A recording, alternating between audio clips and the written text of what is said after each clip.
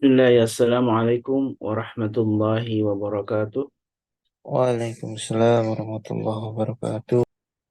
Alhamdulillah, alhamdulillahilladzi arsala rasulahu bil huda wa dinil haqq yudhiru an dini walau karihal musyrikun. Asyhadu an la ilaha illallah wa asyhadu anna Muhammadan abduhu wa rasuluh. Allahumma salli wa sallim wa karim wa barik ala nabiyyina wa syafi'ina wa maulana Muhammad wa ala alihi wa sahbihi wa man tabi'ahum bi ihsanin ila yaumiddin. Sahabatku yang dimuliakan Allah, bagaimana kabarnya pagi ini? Mudah-mudahan semuanya dalam keadaan sehat walafiat, semuanya dalam keadaan keberkahan eh, yang diberikan oleh Allah Subhanahu wa taala. Sahabatku, insya Allah di pagi ini kita kembali akan mengkaji eh, Hisnul Muslim bersama guru kita Ustaz Dodi Al-Jambari, dan tidak kata yang pantas dan pertama-tama kita ucapkan kecuali rasa syukur kita kepada Allah Subhanahu wa taala karena di pagi ini kita masih dimampukan oleh Allah dalam keadaan sehat walafiat dan keadaan yang mudah-mudahan selalu dalam keadaan iman dan Islam, keistiqomahan yang tentunya hanya Allah yang bisa memberikan kita hidayah sehingga kita mampu untuk menjalankan berbagai macam perintahnya dari mulai di pagi ini dengan sholat wajib tentunya, kemudian juga ada yang membaca tilawah, dan alhamdulillah kita masih bisa berjumpa dalam sebuah kajian ilmu, ilmu bersama guru kita Ustaz Dodi Al-Jambari, masih di Mutiara Hati. Sahabatku yang dimuliakan Allah, eh, mari kita juga curahkan, senantiasa curahkan salawat dan salam bagi Nabi kita, teladan kita Muhammad alaihissalatu wassalam, yang beserta keluarganya, sahabat-sahabatnya, dan juga mudah-mudahan kita termasuk juga umat-umatnya yang mendapatkan syafaat kelak di akhirat. Sahabatku yang dimuliakan Allah, eh, tema yang insya Allah akan kita kaji di pagi ini adalah tentang sholat. Terinspirasi dari usulan dari Bunda Reni ya, dari Nijusman kemarin, tentang bagaimana kita ini belum semuanya paham tentang makna sholat, belum semuanya paham apa bacaan-bacaan yang ada dalam sholat. Dan ini bagian dari Hisnul Muslim sesungguhnya. Ketika kita membahas bagaimana Rasulullah berada di masjid, poin penting ketika Rasul berada di masjid adalah sholat. Salah satu ibadah yang memang disebutkan dalam hadis Nabi Sallallahu Alaihi Wasallam sebagai imaduddin, tiangnya agama. Dan barang siapa yang menegakkannya sholat, maka sama dengan menegakkannya agama. Dan barang siapa yang meninggalkan sholat atau menghancurkannya, sama juga dengan menghancurkan agama. Karena itulah eh, sholat menjadi sebuah pembatas ya antara dia seorang muslim dan dia seorang kafir. Karena itulah eh, ibadah utama yang memang harus kita pelajari dengan lebih detail adalah salat. Salat adalah karena salat adalah awal amal atau perbuatan yang akan dihisab oleh Allah Subhanahu wa taala adalah salat. Alumma yuhasabu yaumil qiyamah shalah. Pertama-tama amal yang akan dihisab di yaumil qiyamah oleh Allah Subhanahu wa taala adalah salat. Karena itu begitu pentingnya salat, maka insya Allah kita di pagi ini akan mengupas dengan mudah-mudahan, walaupun belum tuntas kan panjang sekali tentang tentu kajiannya ya. Tapi ada beberapa hal penting yang insya Allah akan dibahas oleh guru kita Ustaz Dodi, dan tentang sholat ini memang yang paling juga penting selain memang soal fikih yang tentu kita tidak akan bahas lebih detail soal fikih di sini, tapi lebih banyak membahas tentang bagaimana kita meraih kehusyuan dalam sholat.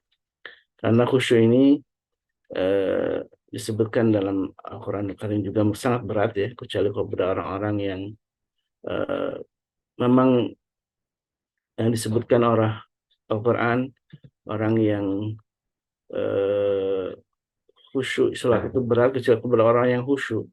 Orang yang khusyuk itu memang orang-orang yang merasakan kehadiran Allah dalam setiap geraknya, apalagi dalam sholat itu ya.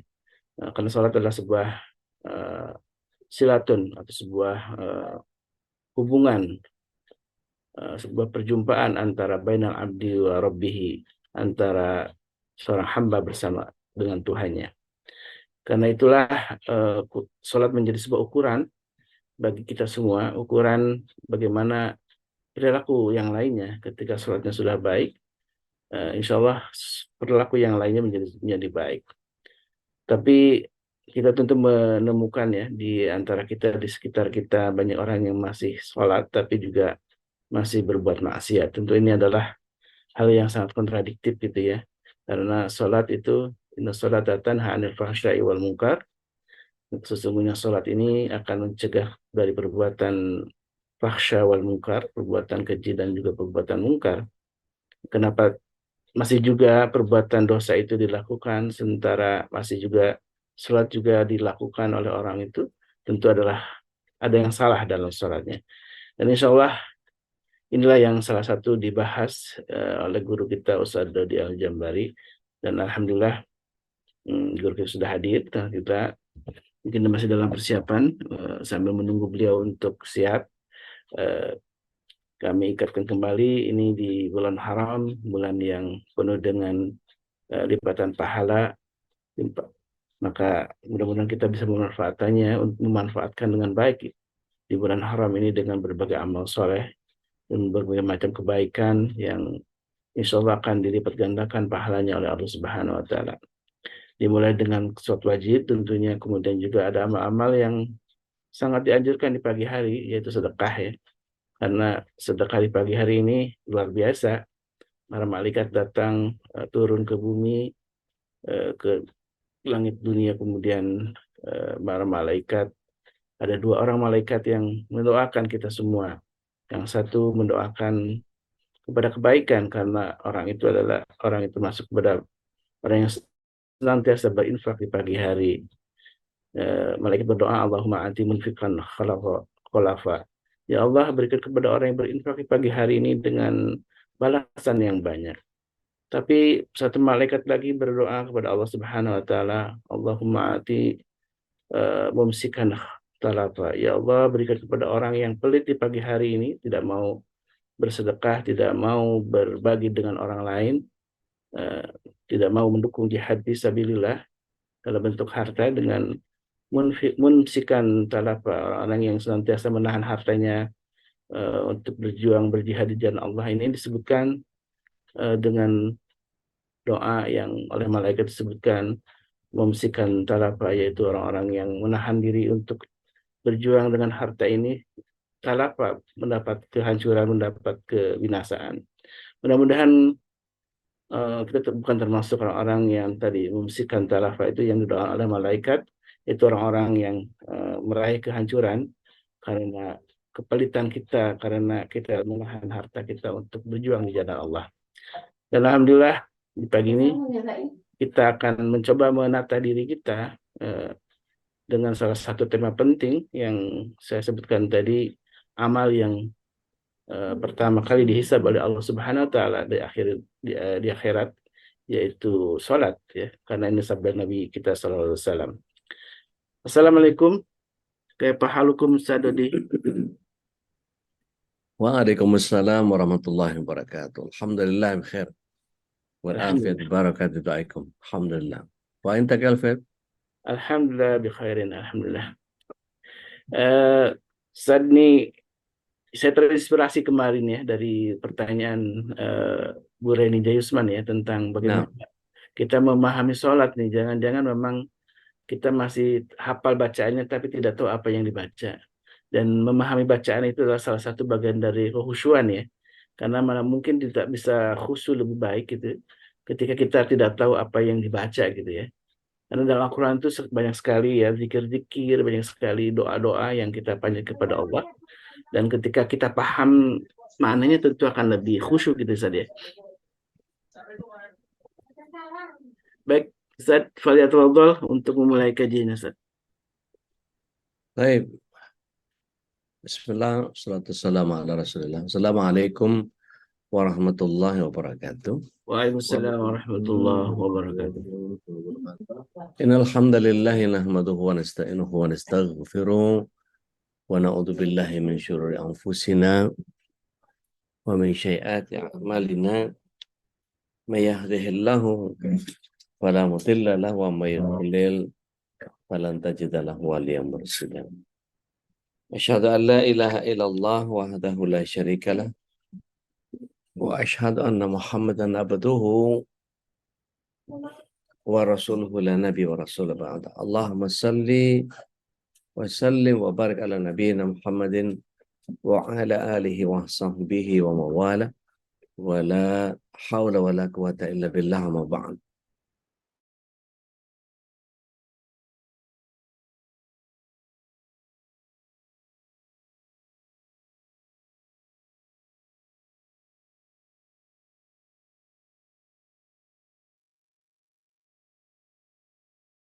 Keniscayaan dan salawat serta salam semoga senantiasa tercurah ke hadirat Rasulullah SAW, berikut para keluarga, sahabat, dan para pecinta risalah dari syariat beliau hingga akhir zaman. Mudah-mudahan kita yang hadir pada kesempatan pagi hari ini bisa menjadi bagian dari golongan orang-orang yang mendapatkan syafaat beliau kelak di akhirat. Amin. Allahumma amin.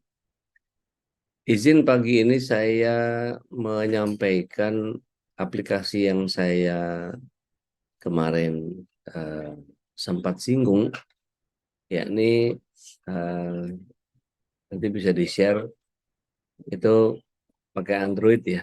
Kalau pakai iOS saya belum punya kemampuan untuk mengunggahnya ke iOS. Sudah pernah tapi karena annual fee-nya juga lumayan dan restriksinya agak panjang, jadi dengan sangat berat hati. Insya Allah ini aplikasi bukan virus ya, tapi nanti akan dianggap sebagai virus karena dia di luar App Store. Jadi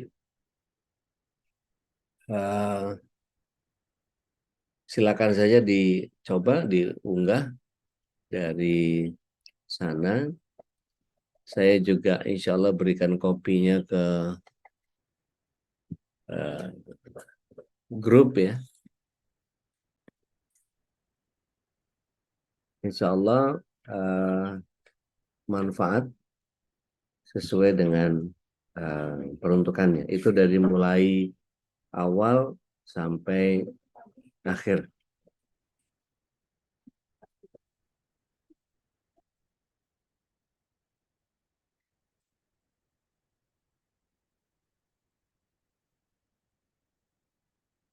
Saya izin aplikasikan sebentar. Setelahnya silakan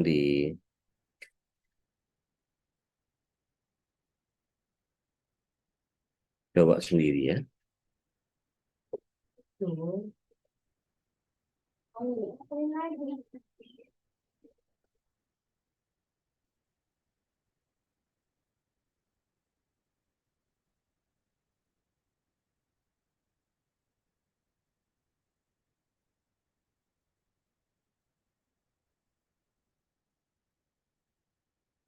Izin Mas Nandar, saya mau share dari akun yang satu lagi. Ada 2 akun saya.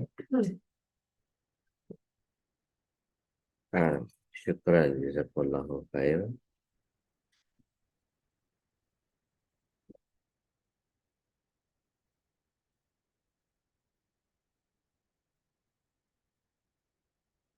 Masih terkunci.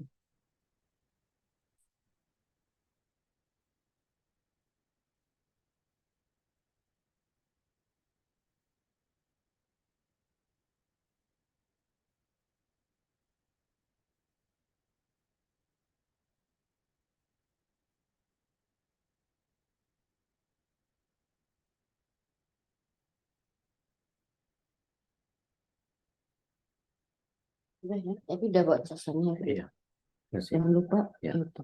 Via Manila. Ini ya.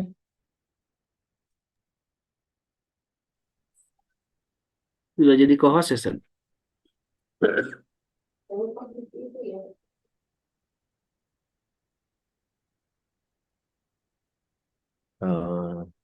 Ya, ini ada dua akun saya sebentar.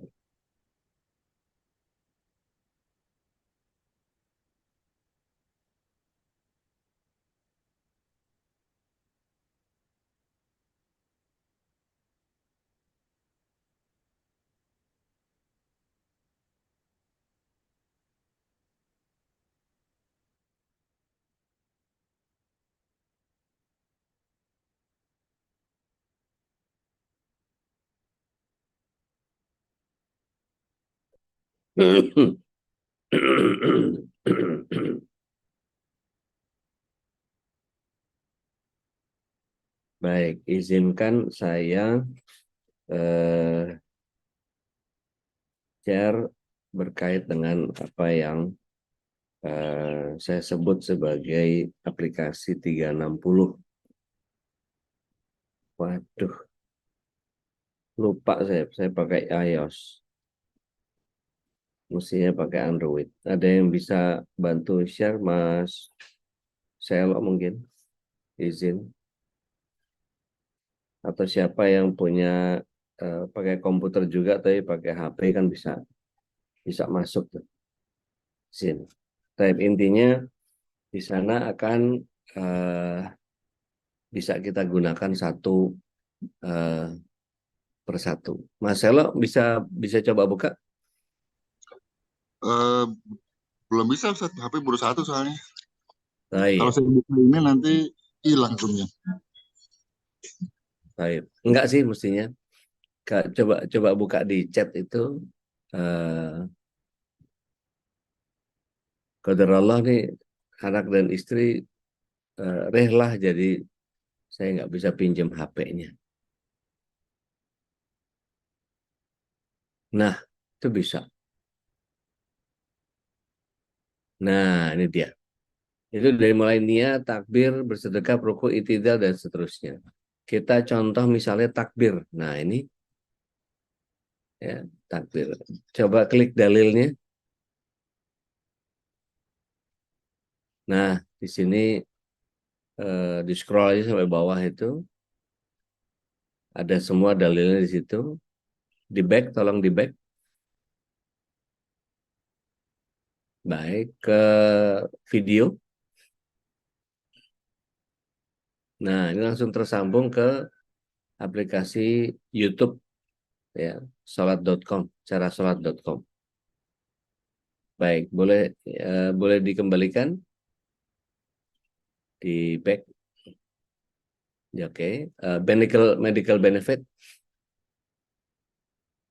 Nah, ini terus tuh di scroll sampai bawah. Ini silakan dipelajari. Baik, di back lagi.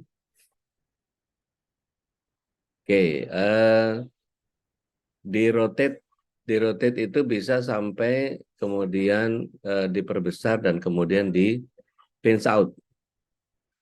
Bisa di zoom in, bisa zoom out. Misalnya tangannya posisinya kita balik ke home.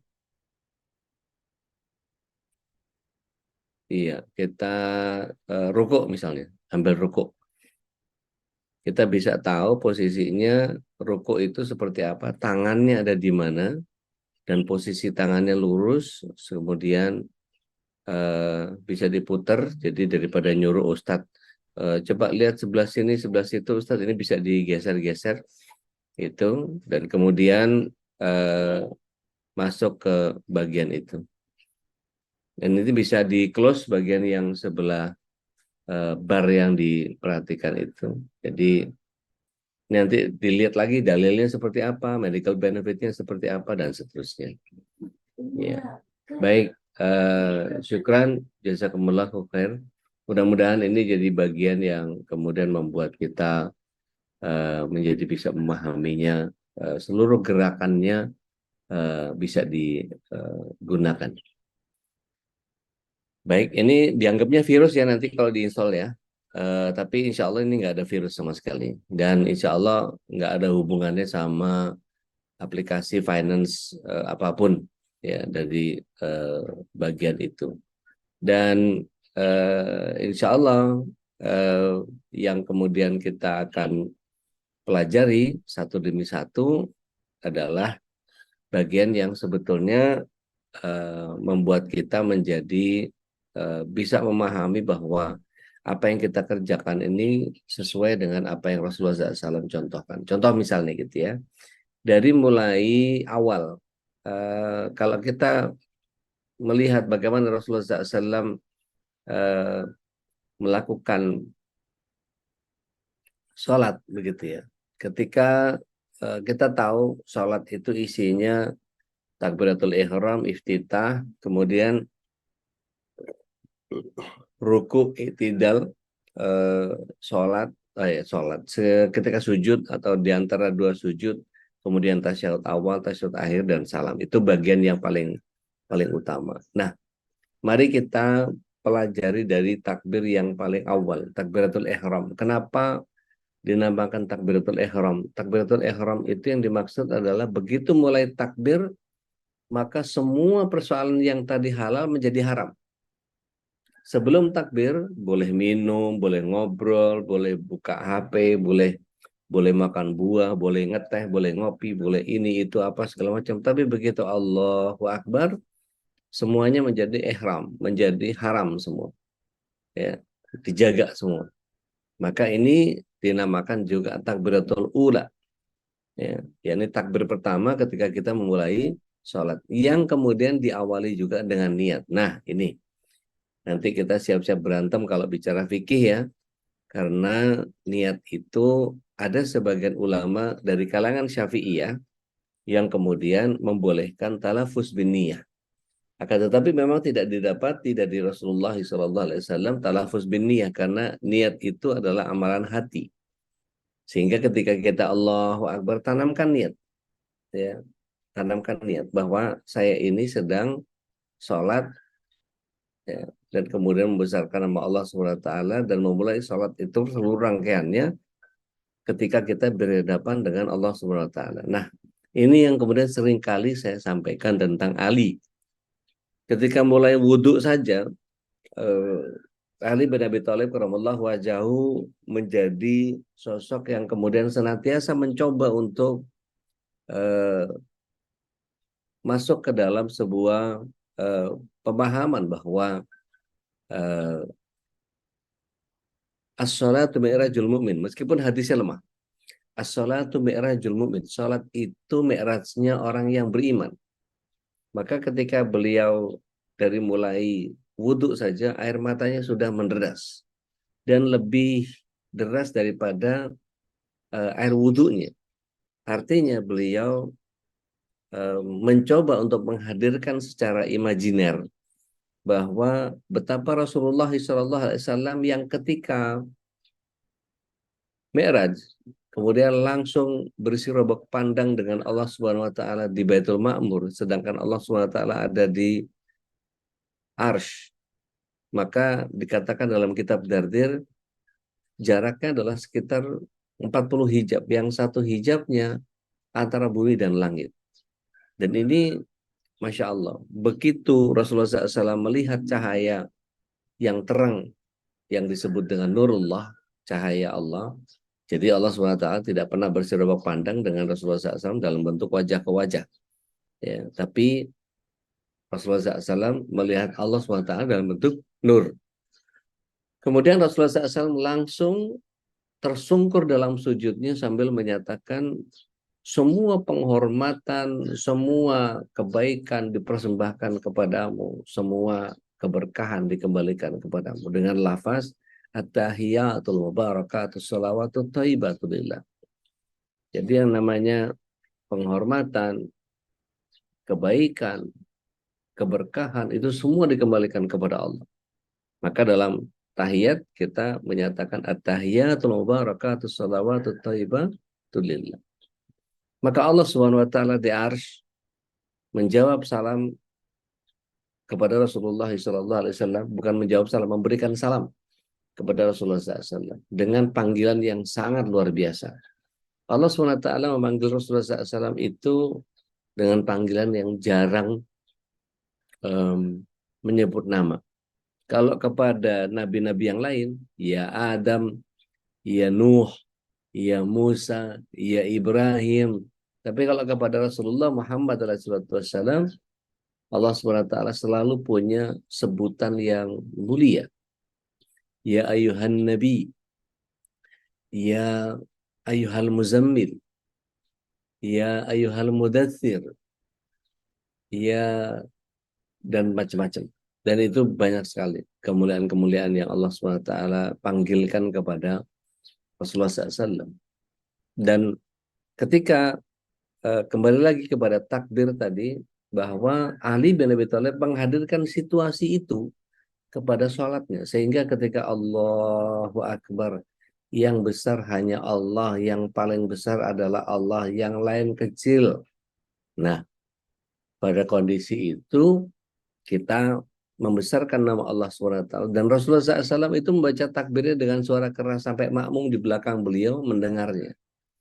Kemudian bagaimana kita makmum ini? Maka beliau juga memerintahkan untuk bertakbir juga. Dalam hadis riwayat Ahmad dan Baihaqi, ini hadisnya sahih, yang kemudian Rasulullah SAW menyatakan apabila imam mengucapkan Allahu Akbar, maka ucapkanlah Allahu Akbar.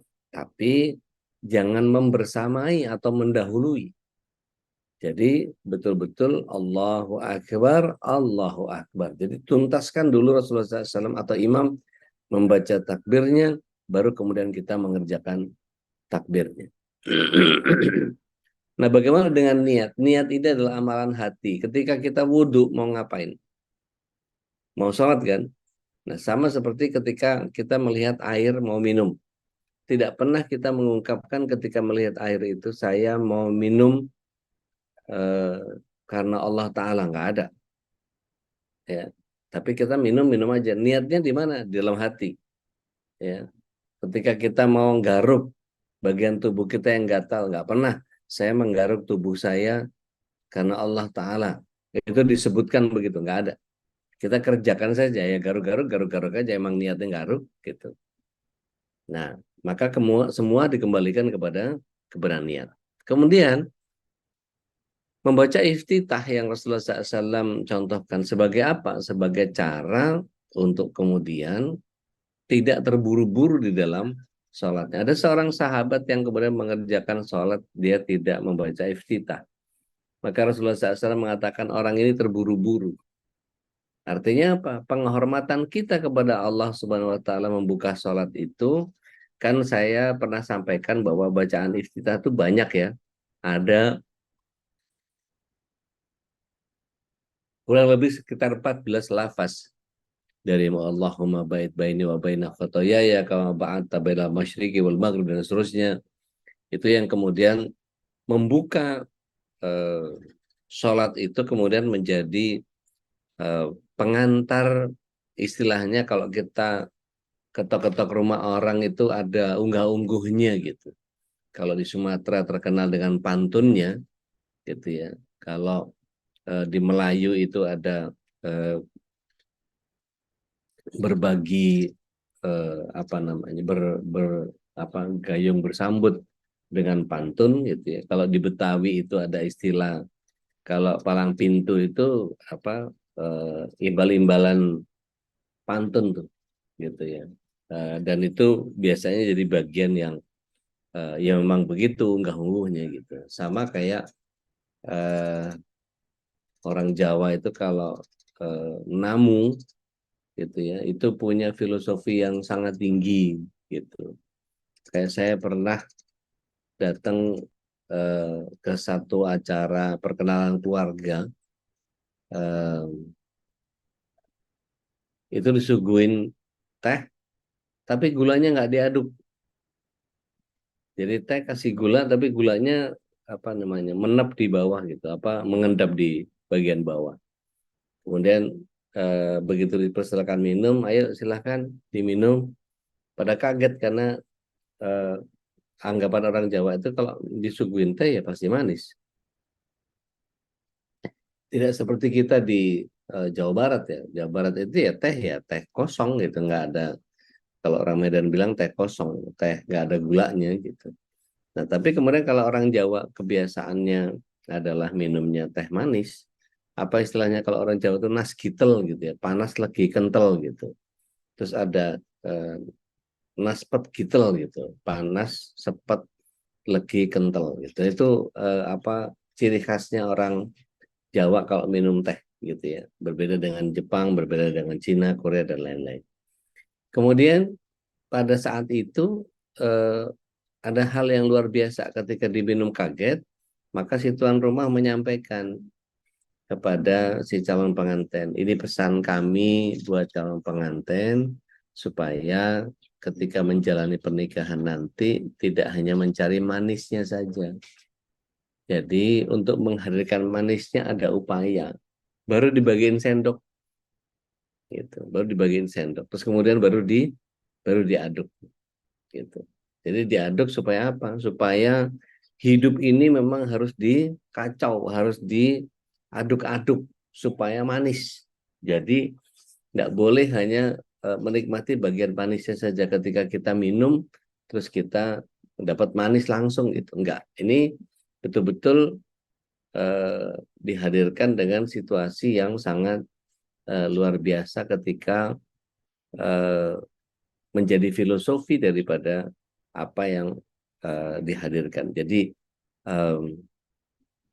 sama seperti ketika kita membuka dengan iftitah, itu sholat itu menjadi bagian yang kemudian menjadi pengantar untuk kita menyampaikan kepada Allah SWT sebelum sholat itu dikerjakan. Maka iftitah ini bagian yang kemudian ketika salah satunya saya ambil bacaan iftitah yang tadi ya, Allahumma ba'id baini wa baina khotoya, itu kan, ya Allah jauhkan aku dari dosa-dosaku sebagaimana engkau jauhkan antara timur dan barat. Bentangan timur dan barat itu kan luas ya, artinya jauhkan dosa-dosa kita itu sejauh timur dan barat, artinya ya dijauhin dari dosanya. Maka kemudian Allahumma naqqini minal khataya, wahai Allah bersihkan aku dari dosa-dosaku, kama yunaqqas thawbul abyad minad danas. Jadi bersihkan aku dari dosa-dosaku sebagaimana bersihnya pakaian putih dari kotoran. Kemudian di bagian iftitah yang menuntaskan bacaan tadi, Allahumma ghsil khatayaya bil ma'i wastajli wal barad. Itu ya Allah cucilah aku dari dosa-dosaku dengan air, salju dan embun. Gitu ya. Ada satu kali Rasulullah SAW pernah mendengar sahabat yang kemudian membaca ketika sholat, dia datang telat. Kemudian dia baca Allahu Akbar kabira walhamdulillahi katsira wa subhanallahi bukratan wa asila. Jadi Allah Maha Besar dengan sebesar-besarnya. Allahu Akbar kabira.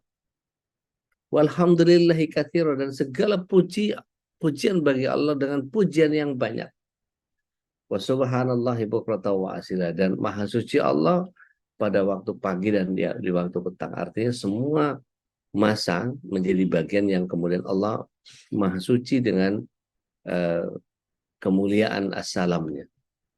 Nah, kemudian ada lagi bacaan yang kemudian seringkali kita gabungkan.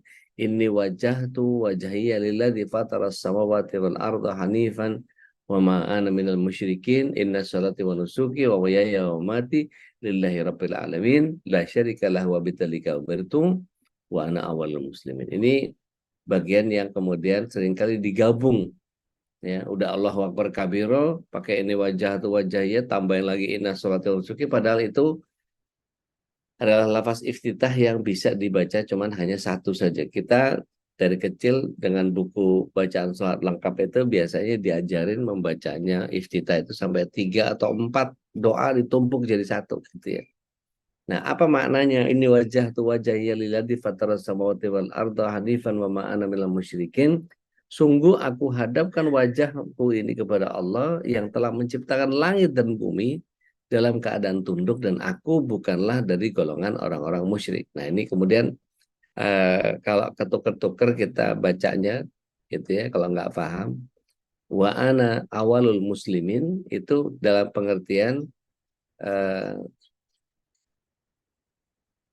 la syarika lahu wa bidzalika umirtu gitu ya. Kemudian di awal tuh wa ma ana minal musyrikin, itu bukan mengakui bahwa saya adalah golongan dari orang-orang musyrik, bukan, tapi wama di situ adalah manafi, dan bukanlah kami tergolong orang yang syirik, gitu kurang lebih. Nah, kemudian inna sholati wa nusuki, sesungguhnya sholatku ibadahku, ya, nusuk itu manasik, ya, inna sholati wa nusuki wa mayaya wa mamati lillahi rabbil alamin, sesungguhnya sholatku ibadahku hidupku dan matiku hanya untuk Allah. Kemudian dikatakan la syarikalah wa bitalai qabir, tidak ada sekutu baginya, dan dengan yang demikian itulah aku diperintahkan. Wa bidzalika umirtu wa ana awalul muslimin, dan aku adalah orang yang pertama berserah diri. Nah, kemudian ada lagi bacaan iftitah yang pendek, dan para malaikat berebut mencatat juga, yaitu apa? Alhamdulillahi hamdan katsiran thayyiban mubarakan fi. Enak banget. Ya, Umar bin Khattab pernah membaca ini. Dan kemudian dilegitimasi oleh Rasulullah SAW. Nah, ini yang kemudian membuat kita kemudian baru membaca Al-Fatihah. Begitu ya. Sedangkan Al-Fatihah itu adalah bagian yang kemudian ketika kita baca itu adalah sebuah bentuk komunikasi kita kepada Allah SWT. Alhamdulillahi Rabbil Alamin. Dalam hadis riwayat Muslim, Abu Hurairah menyatakan bahwa hadisnya dinyatakan hadis Muslim itu bahwa kita komunikasi kepada Allah Subhanahu wa taala. Ketika apa yang Allah Subhanahu wa taala dengarkan dari kita itu kemudian menjadi bagian yang setiap kita harus memahami bahwa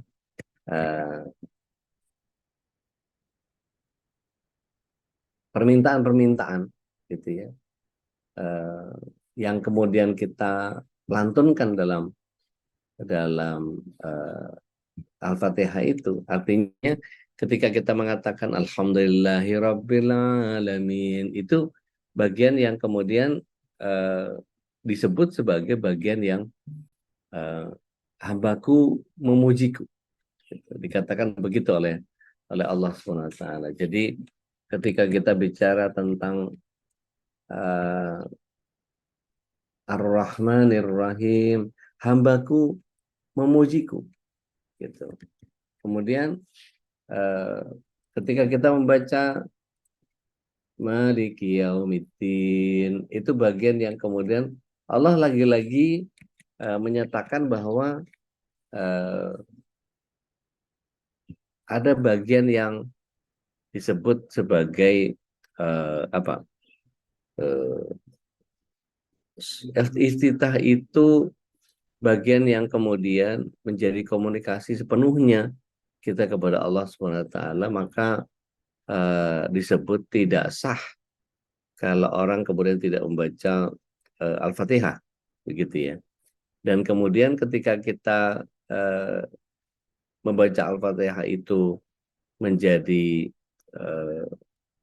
persyaratan yang Rasulullah SAW sampai kemudian bacaan Al-Fatihah itu, kata Rasulullah SAW,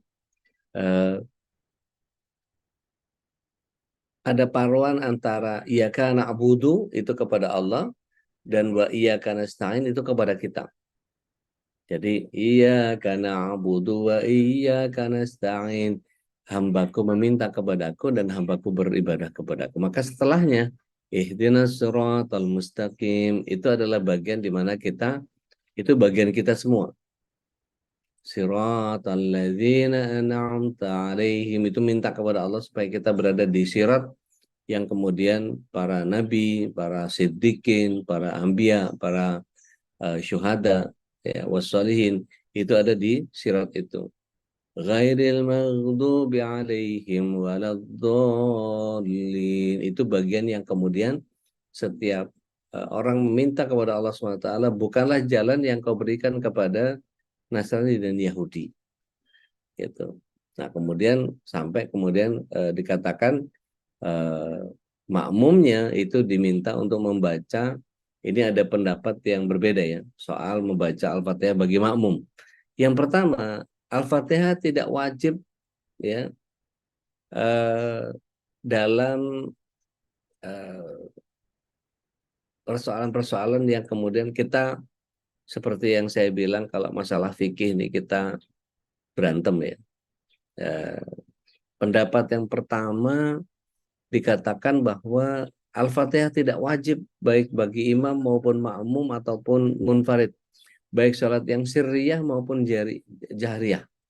Yang wajib adalah membaca Al-Quran yang mudah dibaca. Yang berpendapat begitu ya dalam surah Al-Muzammil ayat yang ke-20, itu yang kurang lebih artinya maka bacalah ayat-ayat yang mudah dari Al-Quran.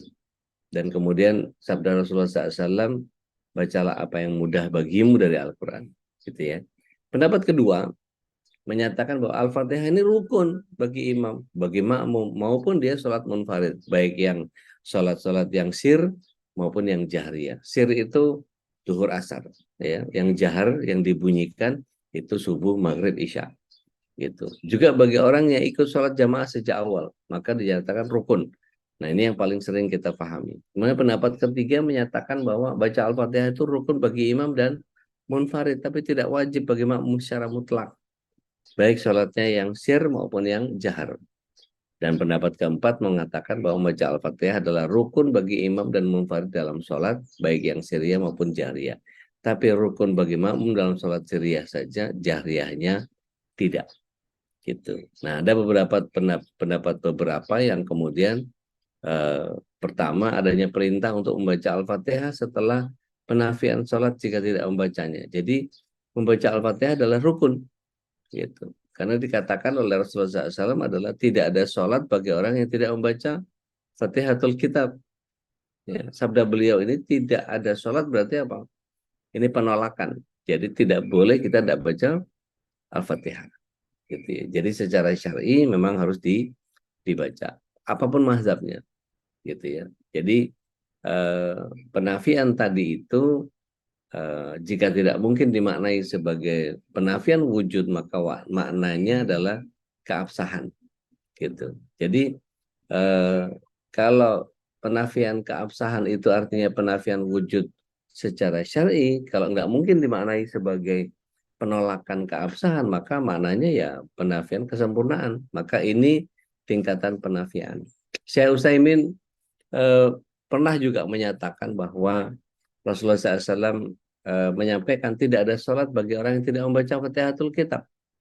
Jika tidak diperjelas gitu ya, kalau kita terapkan pada 3 jenis penafian tadi, maka kita akan dapati ada orang yang sholat tanpa membaca Al-Fatihah, sehingga tidak mungkin maksudnya adalah menahan keberadaannya. Sehingga ada orang yang sholat tanpa membaca Al-Fatihah, maka sholatnya nggak sah. Gitu. Karena tingkatan penafian yang kedua tadi adalah penafian keabsahan, sehingga tidak sah sholatnya. Nah, dari hadis yang umum ini tidak dikecualikan, maka pada asalnya nas yang umum tetap pada keumumannya. Gitu ya. Nah, kemudian apabila dibacakan Al-Quran, maka dengarkan baik-baik dan diamlah agar kamu mendapat rahmat. Di dalam surat 7 ayat 204. Itu Allah SWT menyatakan bahwa kalau dibacakan Al-Quran bagimu, gitu ya, dikatakan wa'idha Qur'al Quran fastami'u lahu wa ansitu la'allakum turhamun, ya. Jangan ikut-ikutan baca juga. Jadi Rasulullah SAW ketika selesai sholat itu, ketika ada yang baca juga, Rasulullah SAW kemudian setelah selesai salam bertanya, siapa yang tadi membaca Al-Quran? Saya ya Rasulullah. Engkau hendak menggangguku, kata Rasulullah SAW. Maka ketika itu turun ayat surat 7 ayat 204 itu, kalau dibacakan Al-Quran dalam sholat maksudnya, maka dengarkan baik-baik, diam, dan simaklah supaya kamu mendapatkan rahmat. Maka Rasulullah SAW juga menyatakan dalam beberapa hadis yang lain, yang sesungguhnya dijadikan seorang imam dalam sholat itu untuk diikuti, maka jangan menyelisihinya. Jika ia bertakbir, maka bertakbirlah. Jika ia membaca ayat, maka diamlah, kata Rasulullah SAW. Maka sejak itu, kata Abu Hurairah, para sahabat tidak ada yang ikutan baca Quran. Artinya, Al-Fatihah itu tidak perlu dibaca oleh yang makmum, dan itu pendapat yang paling rajih, pendapat yang paling kuat. Jadi ketika Imam Ahmad mengomentari surat 7 ayat 24 tadi, para ulama ijma bahwa perintah yang ada dalam melarang orang untuk ikut baca juga itu dalam sholat. Dan ini disepakati oleh beberapa ulama. Kemudian tambahan wa'idha qara'al Wa idza qara'al Quran fa'ansitu. Ini dipersilahkan oleh para ulama, sebagai ulama menyatakan ini tambahan yang ada syadnya, dikatakan bahwa kalau baca ayat maka diam. Artinya ini tambahan yang kemudian tidak mahfuz, tidak terjaga, yang masih waham, ada samar, ya, terutama bagi Abu Khalid. Abu Khalid ini sebagian ulama menyatakan beliau sebagai orang yang sabit dari sisi hadis. Taib. Kita tinggalkan apa namanya perdebatan-perdebatan yang seperti itu, tapi kalau kita merujuk kepada apa yang datang dari Rasulullah SAW, cari dalil yang memang menguatkan kita untuk berpendapat dan kemudian kita berkecenderungan kepada apa yang kita pahami.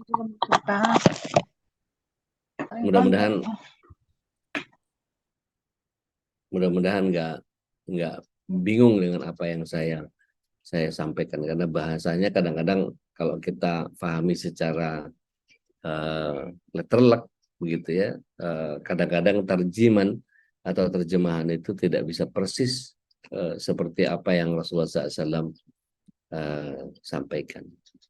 Sampai Al-Fatihah dulu saya rem, nggak arif rasanya kalau nggak memberikan kesempatan untuk kita berinteraksi. Monggo Ustaz tafadhol masykur, supaya teman-teman sahabat MKI mungkin ada yang ingin menambahkan atau ingin mengoreksi. Tafadhol. Alhamdulillah wasyukurillah barakallahu fikum Ustaz. Oke, Kita baru membahas tentang awal-awal ya, berarti Al-Fatihah, dan Al-Fatihah ini memang luar biasa yang disebutkan dalam hadis Nabi tadi, riwayat Muslim dan juga Ahmad, tentang ketika kita membaca Al-Fatihah Allah langsung menjawabnya saja. Ketika kita membaca Alhamdulillah, Allah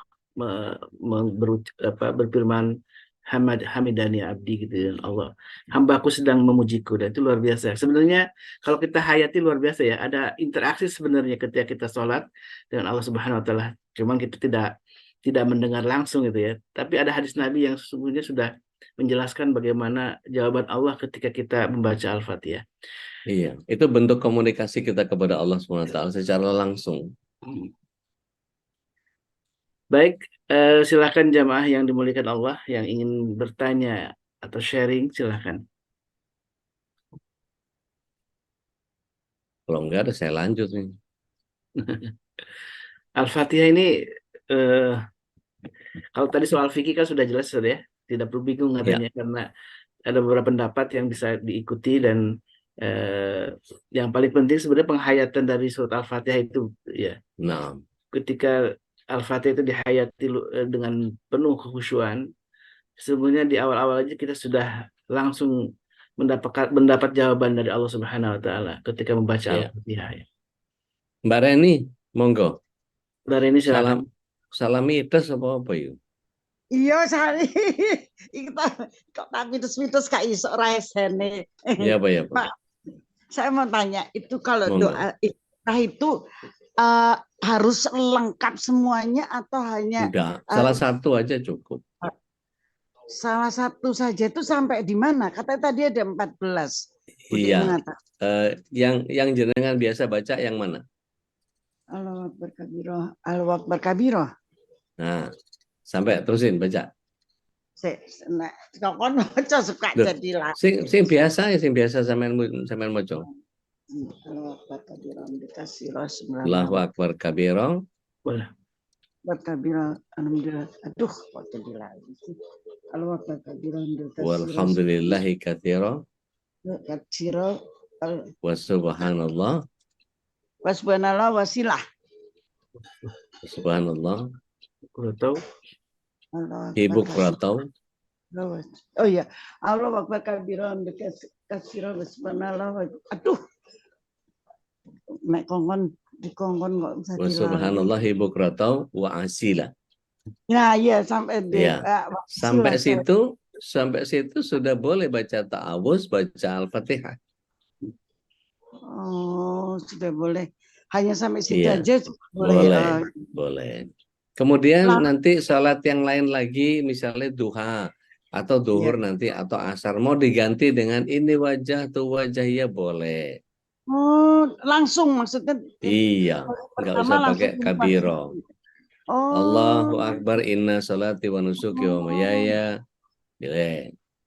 Atau nanti asar ganti lagi Allahu Akbar, inni wajah tu wajahiyya. Boleh. dan Ustadz kalau nggak setelah pakai ini cuma wajah tu aja boleh nggak Ustadz? Boleh, boleh. Boleh. Bukan Ustadz. Afwan. Ya, itu kan artinya gini, saya menghadirkan bahwa monggo silahkan dikerjakan sesuai dengan pemahaman kita, yang kita tahu dari mana kita mengambil dalil itu. Jadi Imam Hanafi berpesan, jangan pernah ada yang mengatakan itu dariku kalau nggak tahu dari mana mengambil dalilnya. Gitu. Jadi kalau kita kemudian apa namanya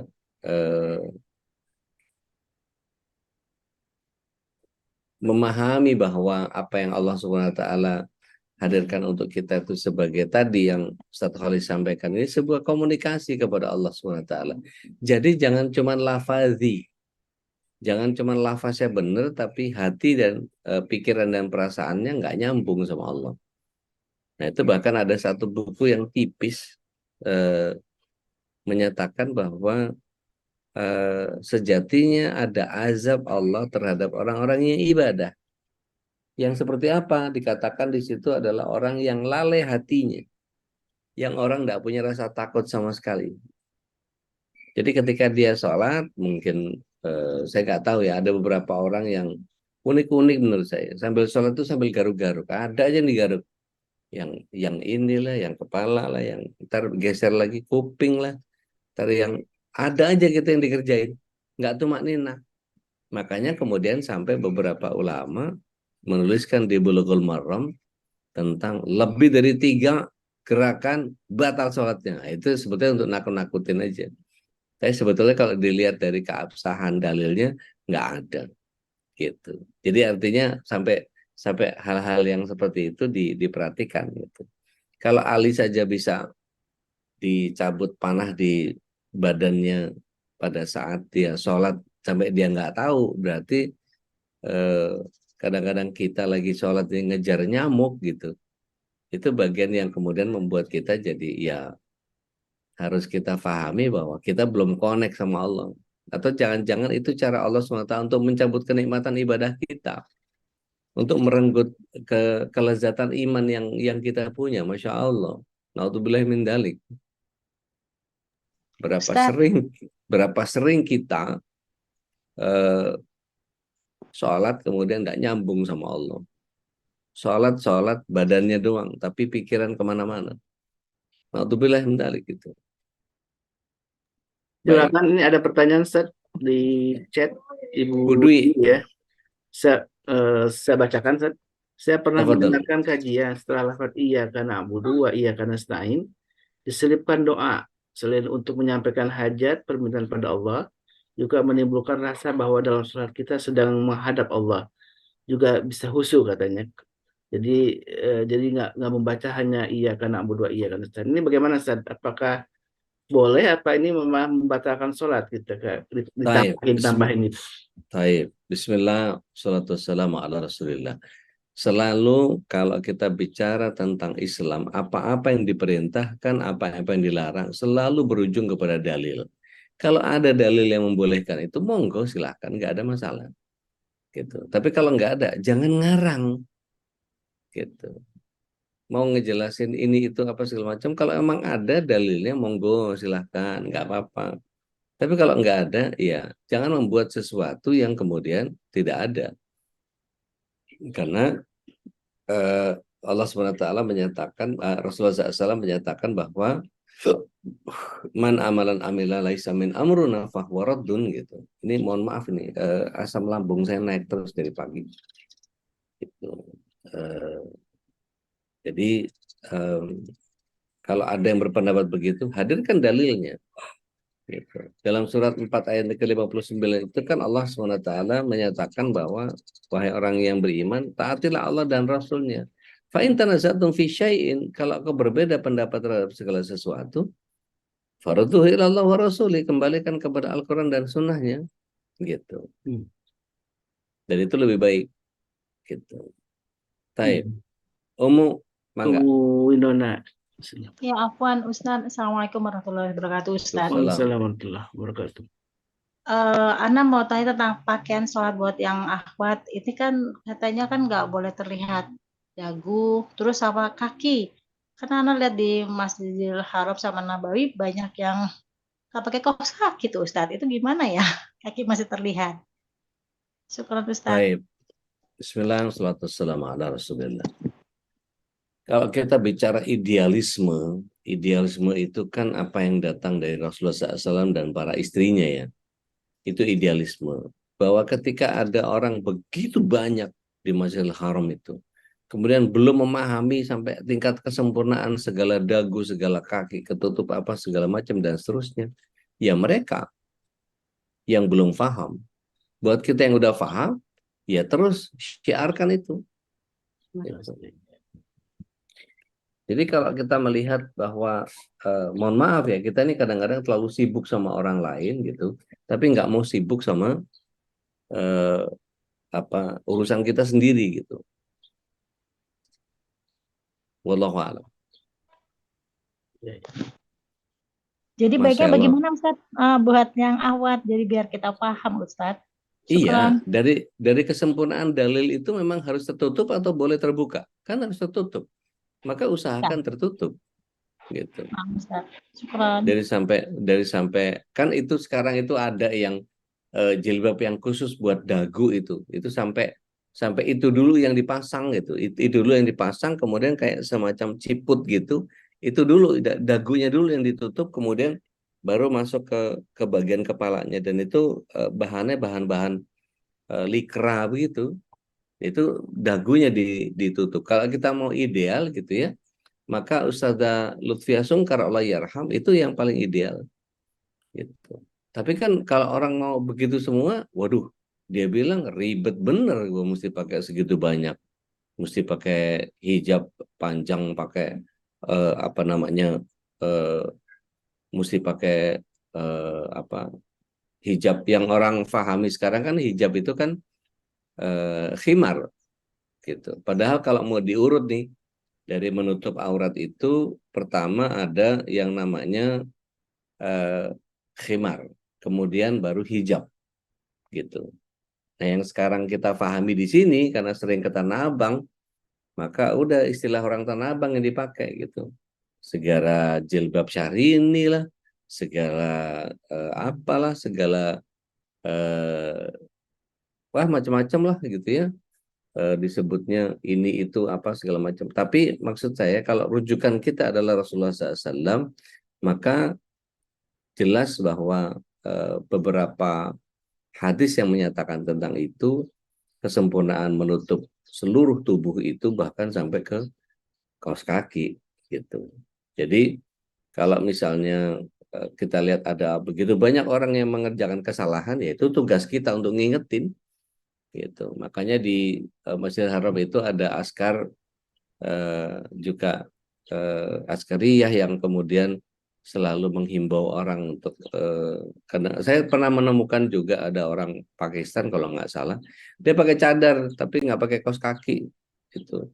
Gamisnya isbal semata kaki. Isbal itu buat laki-laki, kalau buat perempuan. Tapi kan kita nggak bisa bilang kacau nih orang gitu kan, nggak bisa. Tapi ya seperti yang disampaikan sama Askari itu, langsung disamber suaminya, dipegang gitu, assalamualaikum brother, diajak salaman.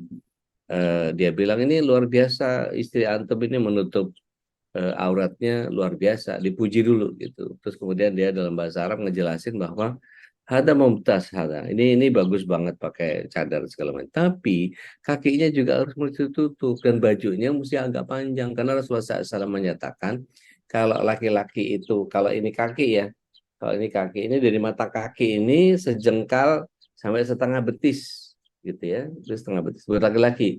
Tapi kalau buat perempuan dari mata kaki itu justru sejengkal ke bawah. Berarti ngelembreh dong Ustadz, kotor dong. Kata Rasulullah SAW, kotor yang di depan akan membersihkan kotor yang di belakang. Gitu. Wallahu a'lam bishawab. Nah, Ustaz, tadi Ustadz bilang tentang apa perkara jilbab. Nah, rata-rata sekarang ya Allah Ustadz, ada jilbab macam-macam sekarang. Padahal kan sebenarnya aurat itu tertutup sampai dada ya Ustadz. Kadang-kadang kita suka kasihan, suka lihat gitu, dikasih tahu melengah saja gitu loh Ustadz. Jadi Iya, mudah-mudahan di sini paham lah di doakan, jemaah sini doakan, gimana. dakwahi, maafkan, doakan, dakwahi, maafkan, doakan, dakwahi, maafkan. Itu aja kuncinya. Doakan, Boleh, dakwahi, boleh, maafkan. Karena boleh ndak diingatkan semua orang kembali punya, Ustadz. ndak semua orang punya pemahaman yang sempurna. Jadi doakan, maafin, dakwahkan. Terus saja begitu. Boleh diingatkan Karena kembali Ustadz bagaimana pakai hijab sebenarnya gitu loh Ustadz, panjangnya. Syukurnya Ustadz. lihat surat 33 ayat 59.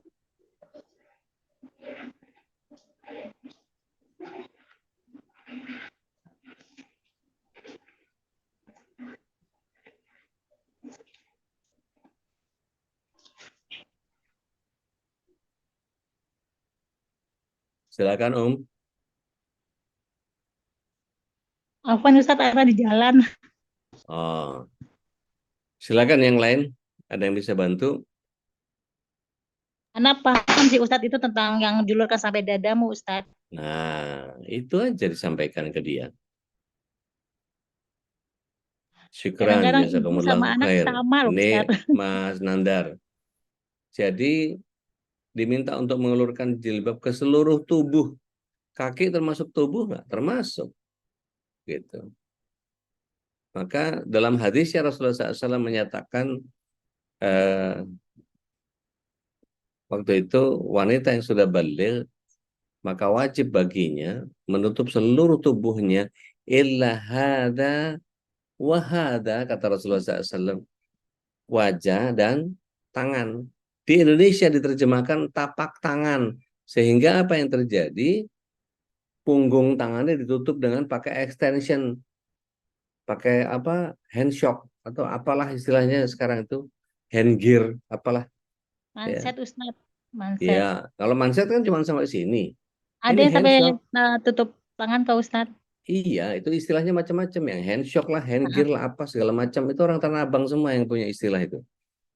Tamrin City paling ngetop itu kayak gitu, the extension itu. Dan itu kalau kita kemudian kita lihat bagaimana Rasulullah SAW apa namanya membahas tentang aurat itu, semua 4 mazhab menyatakan bahwa yang namanya kafain itu baina kafanain, bukan hanya tapak tangan.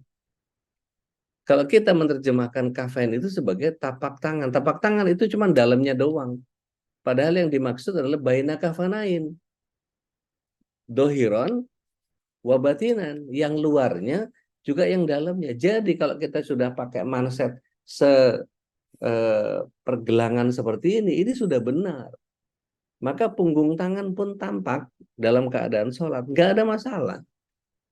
Nah, ini yang kemudian jadi terjemahannya panjang tuh, seluruh Indonesia kadang-kadang yang datang tuh selalu pakai extension itu. Coba cari extension atau handshake di Masjidil Haram, nggak bakal nemu. Karena emang nggak ada itu. Itu ulahnya nggak tahu deh.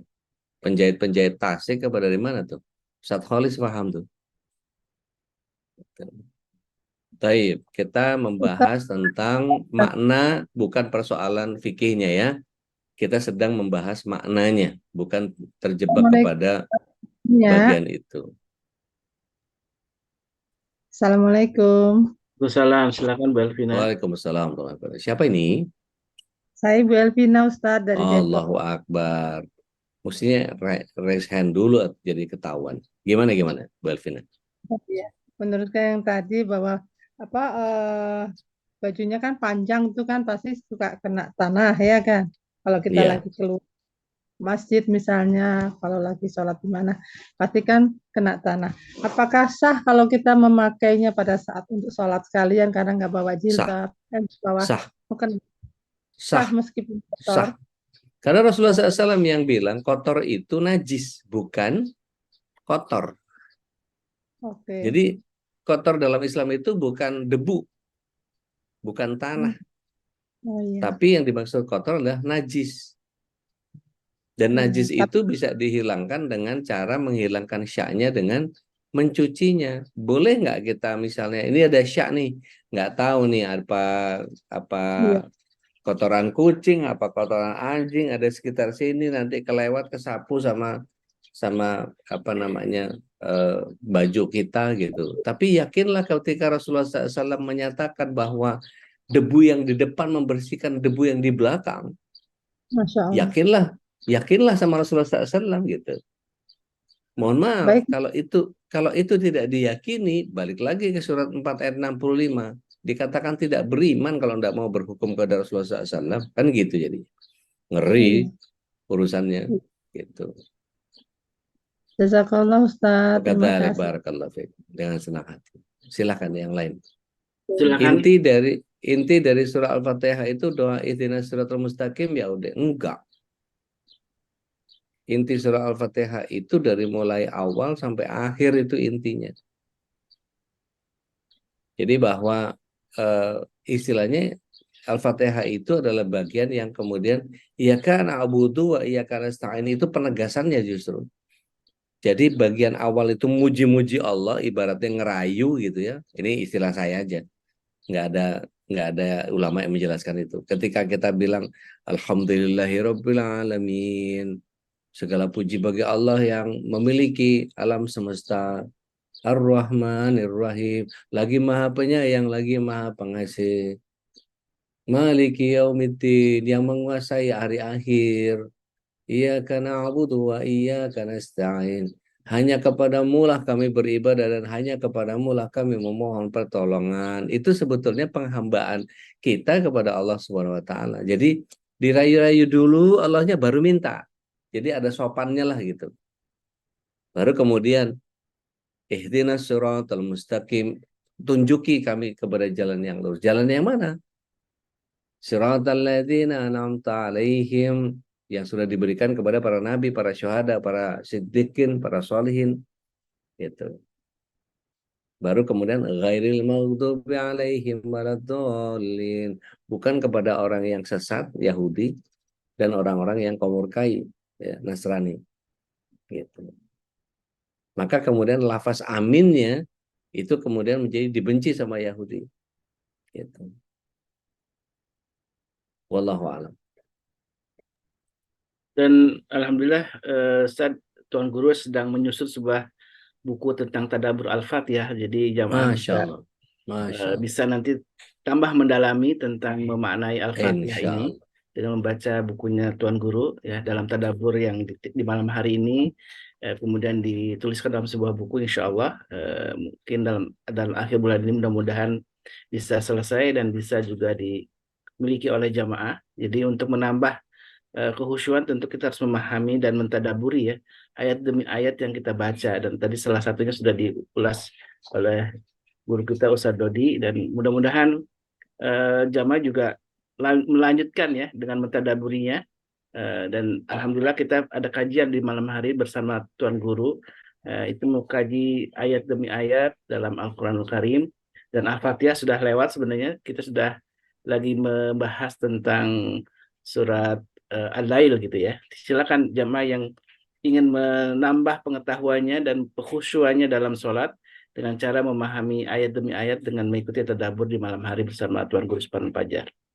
Baik, ini bakal panjang nih Ustadz, karena kita baru sampai Al-Fatihah ini. Iya betul. Belum Ini baru rukuk, episode belum pertama nih. i'tidal, iya, belum rukuk, belum i'tidal. Iya.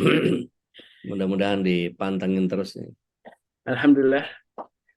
Baik jamaah yang dimuliakan Allah, alhamdulillah wa syukurillah, kita sudah baru tahap awal ya, baru episode pertama kita ngebahas tentang sholat, dan baru permukaan nih karena belum ada yang mengulas tentang bertanya soal-soal kekhusyuan, mengkhusyukan diri dalam memahami gerakan sholat. Jadi nanti insya Allah akan juga diulas oleh guru kita, dan mudah-mudahan nih perjalanannya masih panjang, butuh beberapa episode untuk membahas sholat dari mulai takbiratul ihram sampai nanti salam ya. Dan ini mudah-mudahan menjadi sebuah bekal bagi kita untuk lebih bisa khusyuk sebagaimana sholat yang dilakukan oleh Rasulullah SAW. Baik, sebelum Untuk tutup, Bu- barangkali untuk dari Bu- Dr. Vicky. Untuk Bu Elvina, ini saya kasih sematkan dalilnya yang tadi. Ya, syukran Teh Nina. Iya.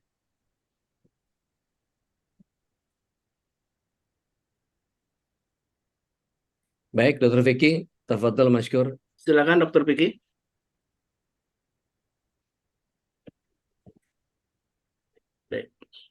Baik, bismillahirrahmanirrahim. Assalamualaikum warahmatullahi wabarakatuh. Assalamualaikum warahmatullahi wabarakatuh. Baik, untuk update dari Majelis Keluarga Indonesia, insya Allah kita akan mulai ada program-program baru, yaitu program Mutiara Hati pada malam hari ya, di hari Sabtu insya Allah. Untuk flyernya sudah mulai disebarluaskan, mudah-mudahan nih untuk event perdana ini kita bisa menggaungkan syiarnya, kita bisa ajak kerabat kita semua untuk bisa hadir di acara kajian perdana kita pada Sabtu malam. Kemudian update lainnya adalah mungkin dari divisi sosial ya, dari Bu Darmi mungkin hari ini kita minta ada update apa dari divisi sosial, mungkin setelah itu mungkin ditutup oleh Ustaz Halis. Mungkin itu saja Ustaz. Baik, Bu Darmi masih standby di sini.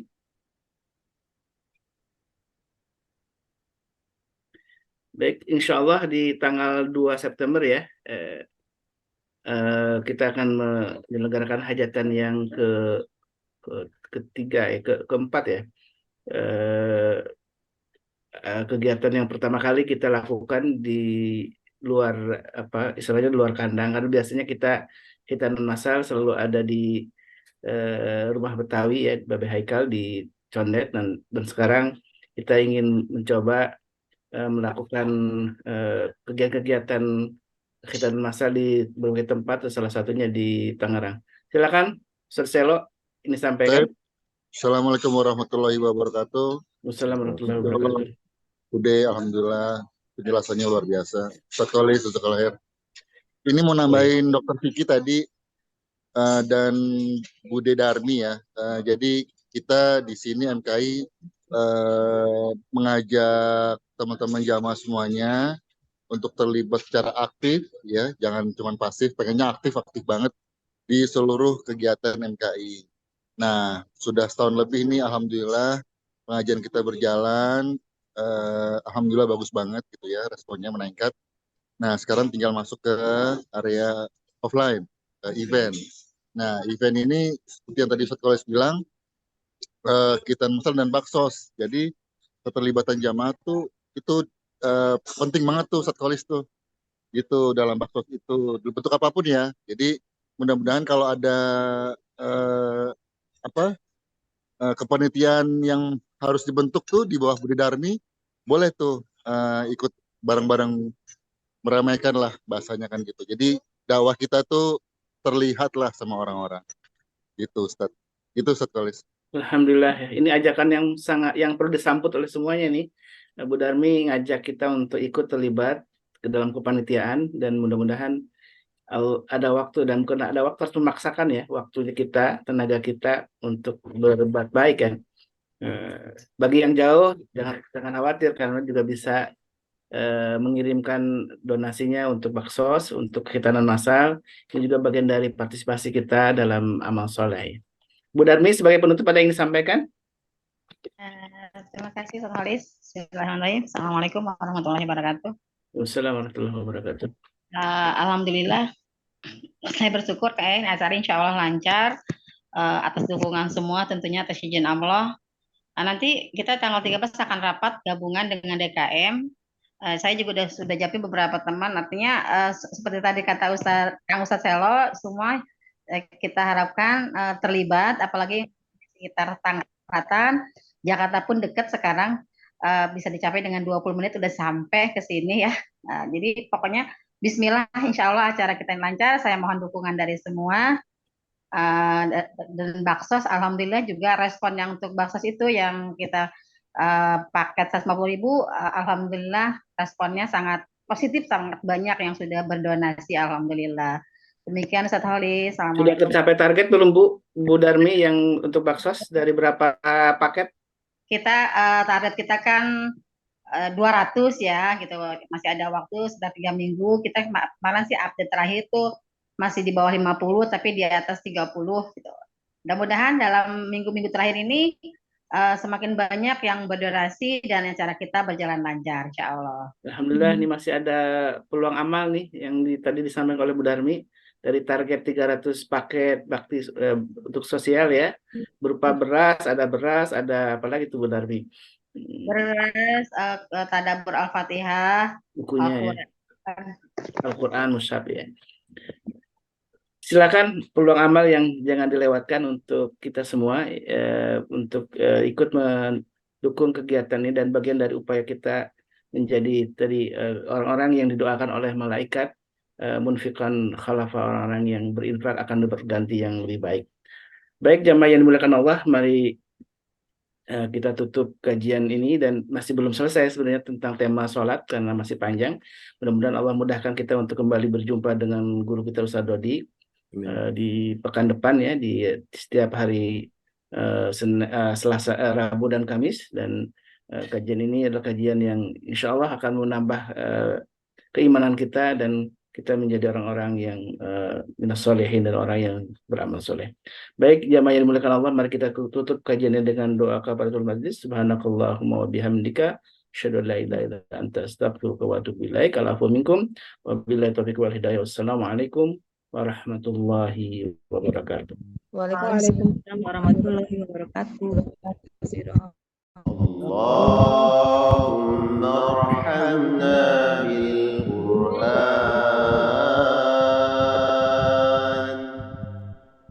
waj'alhu lana imaman wa nuran wa hudan wa rahmah. Allahumma zakkirna minhu ma nasina wa 'allimna minhu ma jahilna warzuqna tilawatahu ana al-layli